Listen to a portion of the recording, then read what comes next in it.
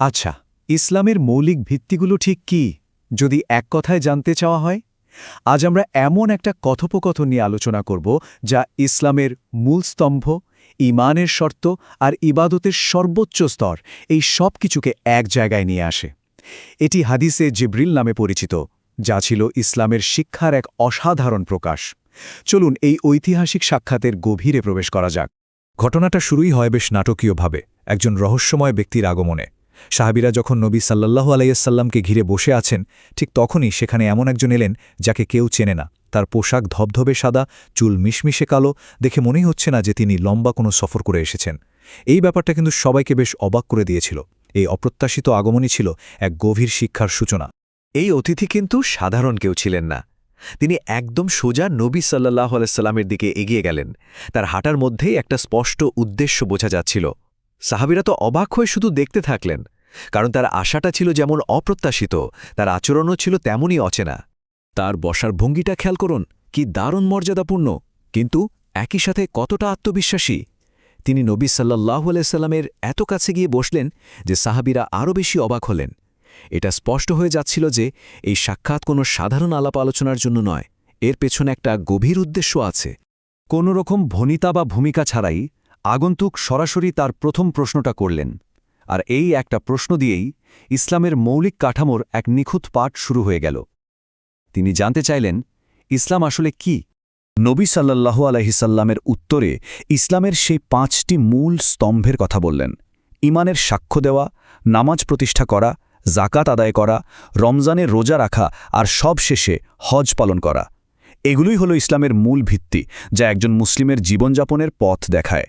আর ঠিক এখানেই সাহাবীদের বিস্ময় একেবারে চরমে পৌঁছাল। ব্যাপারটা একবার ভেবে দেখুন, লোকটি এমনভাবে প্রশ্ন করছেন যেন তিনি কিছুই জানেন না, আবার উত্তর শোনার পর এমনভাবে সায় দিচ্ছেন যেন তিনি এই বিষয়ের সবচেয়ে বড় বিশেষজ্ঞ।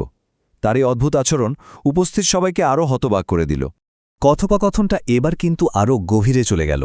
বাহ্যিক আমল অর্থাৎ ইসলাম থেকে আলোচনাটা এগিয়ে গেল অন্তরের বিশ্বাস বা ঈমান এবং তারপর আধ্যাত্মিক উৎকর্ষ বা ইহাসানের দিকে। ইসলামের পর আগন্তুকের দ্বিতীয় প্রশ্নটি ছিল ঈমান নিয়ে। তিনি আসলে জানতে চাইলেন একজন বিশ্বাসীর মনের ভেতরের ভিত্তিগুলো ঠিক কি হওয়া উচিত। এই প্রশ্নটা ছিল দ্বীনের দ্বিতীয় এবং আরও গভীর একটা স্তরের পরিচায়ক। এর উত্তরে নবী সাল্লাল্লাহু আলাইহি ওয়াসাল্লাম ঈমানের 6টি মূল নীতির কথা বললেন। সেগুলো হল: 1. ও অদ্বিতীয় আল্লাহর ওপর বিশ্বাস, তার ফেরেশতাদের অস্তিত্বে বিশ্বাস, মানবজাতির জন্য পাঠানো তার কিতাবগুলোর ওপর বিশ্বাস, তার পাঠানো নবীদের ওপর বিশ্বাস, শেষ দিবসের ওপর বিশ্বাস এবং সবশেষে তাকদীর অর্থাৎ ভাগ্যের ভালো মন্দের ওপর বিশ্বাস স্থাপন করা। এই 6টি বিশ্বাসই একজন মুসলিমের ঈমানের অটল ভিত্তি তৈরি করে দেয়। এরপর এলো তৃতীয় এবং বলা যায় সর্বোচ্চ স্তরের প্রশ্নটা, ইহসান কি? এটা আসলে ইবাদতের সেই গুণগত মানকে বোঝায়, যা একজন বিশ্বাসীকে আল্লাহর সবচেয়ে কাছে নিয়ে যায়। ইহসানের এই সংজ্ঞাটা কিন্তু এক কথায় অসাধারণ। এর মোট কথাটাই হলো আল্লাহর উপস্থিতি সম্পর্কে সব সময় সচেতন থাকা, মানে ইবাদত করার সময় এমন একটা অনুভূতি নিয়ে করা যেন আল্লাহ ঠিক সামনেই আছেন। আর যদি সেটা সম্ভব না হয়, তাহলে অন্তত এটা মনে রাখা যে তিনি তো আমাদের প্রতিটি কাজ দেখছেন। এটাই হলো ইবাদতের সর্বোচ্চ স্তর। দিনের মূলনীতিগুলো আলোচনার পর আগন্তুক হঠাৎ করেই এমন একটা প্রশ্ন করলেন যা ভবিষ্যতের দিকে ইঙ্গিত করে। কথোপকথন মোড় নিল কিয়ামত বা শেষ দিবসের নিদর্শনের দিকে। দেখুন, কিয়ামতের নির্দিষ্ট সময় নিয়ে যখন প্রশ্ন করা হলো, নবী সাল্লাল্লাহু আলাইহি ওয়াসাল্লাম কি দারুণ বিনয়ের সাথে উত্তর দিলেন। তিনি খুব স্পষ্টভাবে জানিয়ে দিলেন যে এই জ্ঞান একমাত্র আল্লাহর কাছেই আছে, আর কারো কাছে নয়। তবে তিনি কিয়ামতের কিছু নিদর্শনের কথা ঠিকই বললেন, যেগুলো সামাজিক এবং নৈতিক অবক্ষয়ের দিকেই ইঙ্গিত করে। যেমন যখন দাসী তার মনিবকে জন্ম দেবে, যা পারিবারিক শৃঙ্খলার পতনকে বোঝায়, আর একসময়ের খালি পায়ের বস্ত্রহীন রাখালেরা উঁচু উঁচু দালান বানানোর প্রতিযোগিতায় নামবে, যা আসলে সম্পদের প্রাচুর্য আর মূল্যবোধের অবক্ষয়কে তুলে ধরে। তো সব প্রশ্ন উত্তর পর্ব শেষ হল। সেই রহস্যময় আগন্তুকও শান্তভাবে উঠে চলে গেলেন। কিন্তু আসল চমকটা তো তখনও বাকি। কে ছিলেন এই ব্যক্তি, যার একটা বৈঠকেই ইসলামের পুরো সারমর্ম উঠে এলো? আগন্তুক চলে যাওয়ার পর একটা অদ্ভুত নীরবতা নেমে এলো। সাহাবীরা তখনও বিস্ময়ে হতবাক। এই নীরবতা ভাঙলেন স্বয়ং নবী সাল্লাল্লাহু আলাইহি ওয়াসাল্লাম।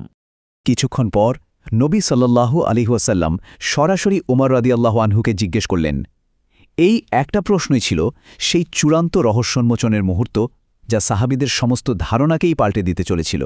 আর তখনই সেই চরম রহস্যের অবসান ঘটল। নবী সাল্লাল্লাহু আলাইহি সাল্লাম যা জানালেন তা শুনে সবাই হতবাক।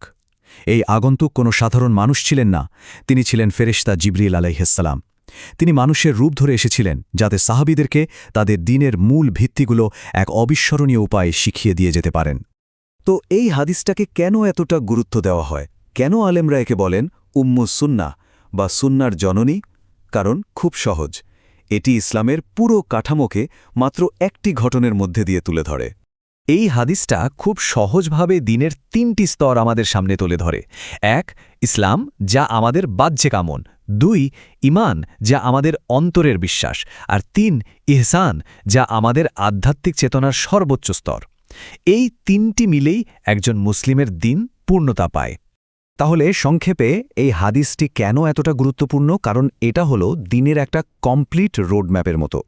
এটা শুধু ইসলামের স্তম্ভগুলোই শেখায় না, বরং তাকদীরের গুরুত্ব নিশ্চিত করে এবং প্রশ্ন করার মাধ্যমে জ্ঞান অর্জনের পদ্ধতিকেও উৎসাহিত করে। এটা শুধু একটা ঘটনা নয়, বরং এটা ইসলামের এক জীবন্ত পাঠ্যক্রম। শেষ করার আগে চলুন একটা বিষয় ভাবি। জিবরিল আলাইহিসসালাম তো পারতেন সরাসরি এসে সবকিছু বলে দিতে, কিন্তু তিনি তা না করে প্রশ্ন উত্তরের মাধ্যমে শেখালেন কেন? এই পদ্ধতিটা আমাদের শেখার এবং শেখানোর প্রক্রিয়া নিয়ে নতুন করে ভাবতে শেখায়। এটা কি এটাই প্রমাণ করে না যে আলোচনার মাধ্যমে শেখাটাই সবচেয়ে কার্যকর উপায়গুলোর একটি?